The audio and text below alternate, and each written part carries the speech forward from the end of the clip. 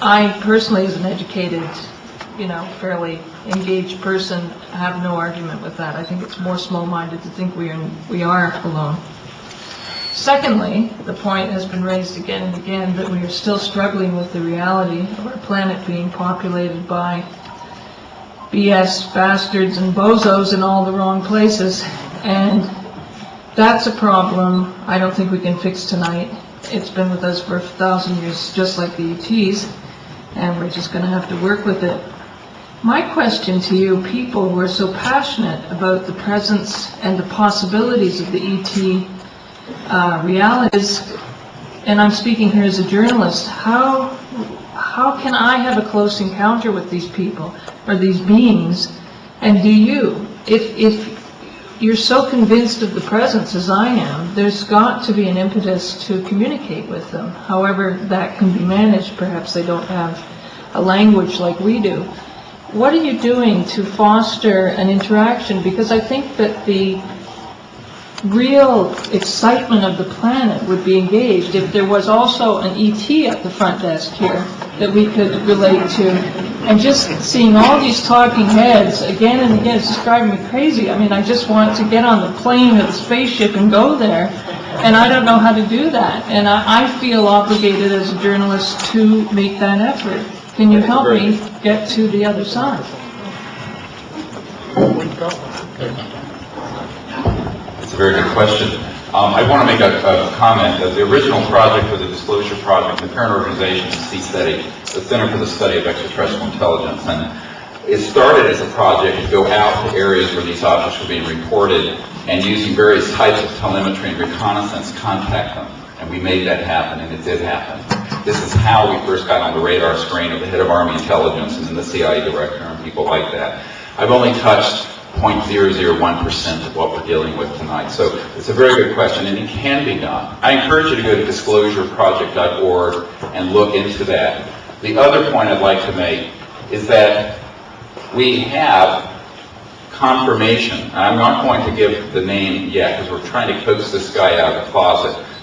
But one of the senior-most people in the SETI project, which is the Carl Sagan Search for Extraterrestrial Intelligence effort, has confirmed to the Disclosure Project, this is one of the senior-most people, that they have received multiple extraterrestrial signals, communicative signals, but that now they are getting external human, probably NRO, National Reconnaissance Officer, or NSA jamming of those signals, and they're getting very frustrated. The question is, why hasn't the SETI project, funded by Paul Allen, who's the co-founder of Microsoft, come forward with this information?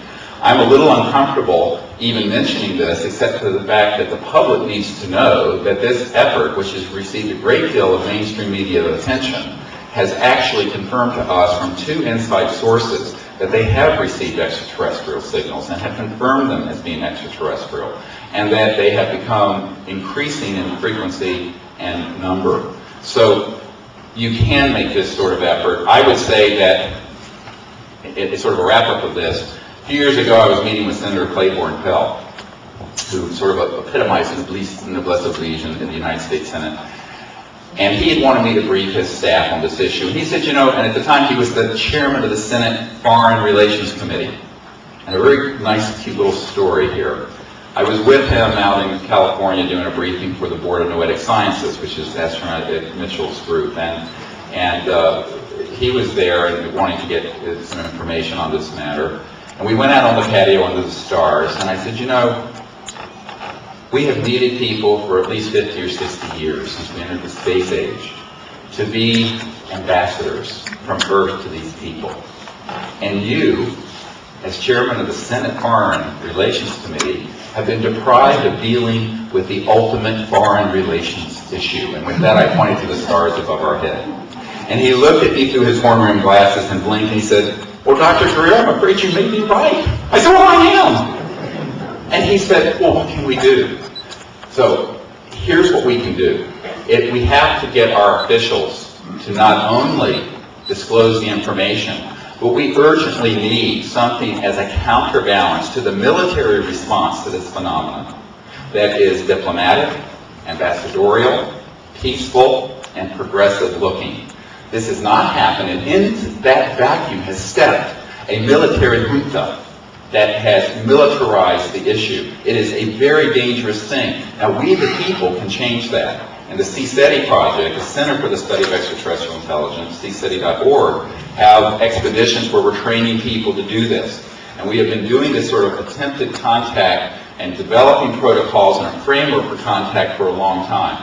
And I think it's a very good question, because you have to go beyond a phenomenological analysis of this and say, well, look, if these are indeed intelligent life forms visiting this planet, there's this deafening silence from the human dimension, except the military response.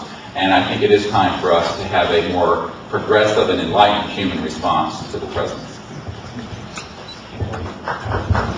Thank you, Doctor.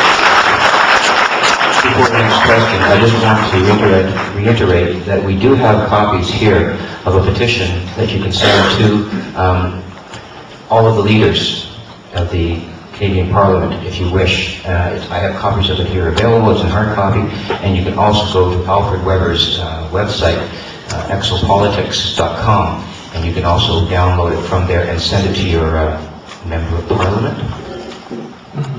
Okay? It speaks to exactly the issue that, yeah.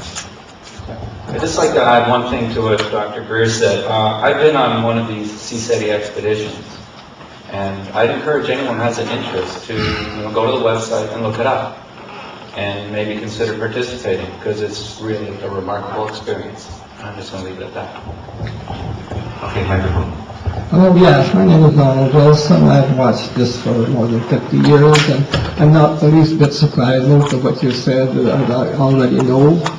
And one of the few folks who have read the book by Jonathan Eisen, Suppressed Inventions, he goes through this whole thing that the gentlemen have been talking about in very great detail. He also talks about renewable energy.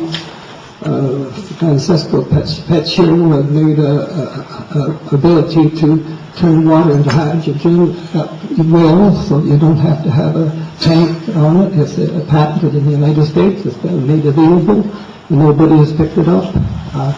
I've been watching this from 48. I remember when Major Don Kehoe said, flying saucers are real, and I have my own theory of gravity and magnetism, in which I state that the gravity is not a suction, but a pressure coming from the stars. So I have a copy here if one of the guys would like it, and I'm really interested tonight, and I'm pleased that this has come forward.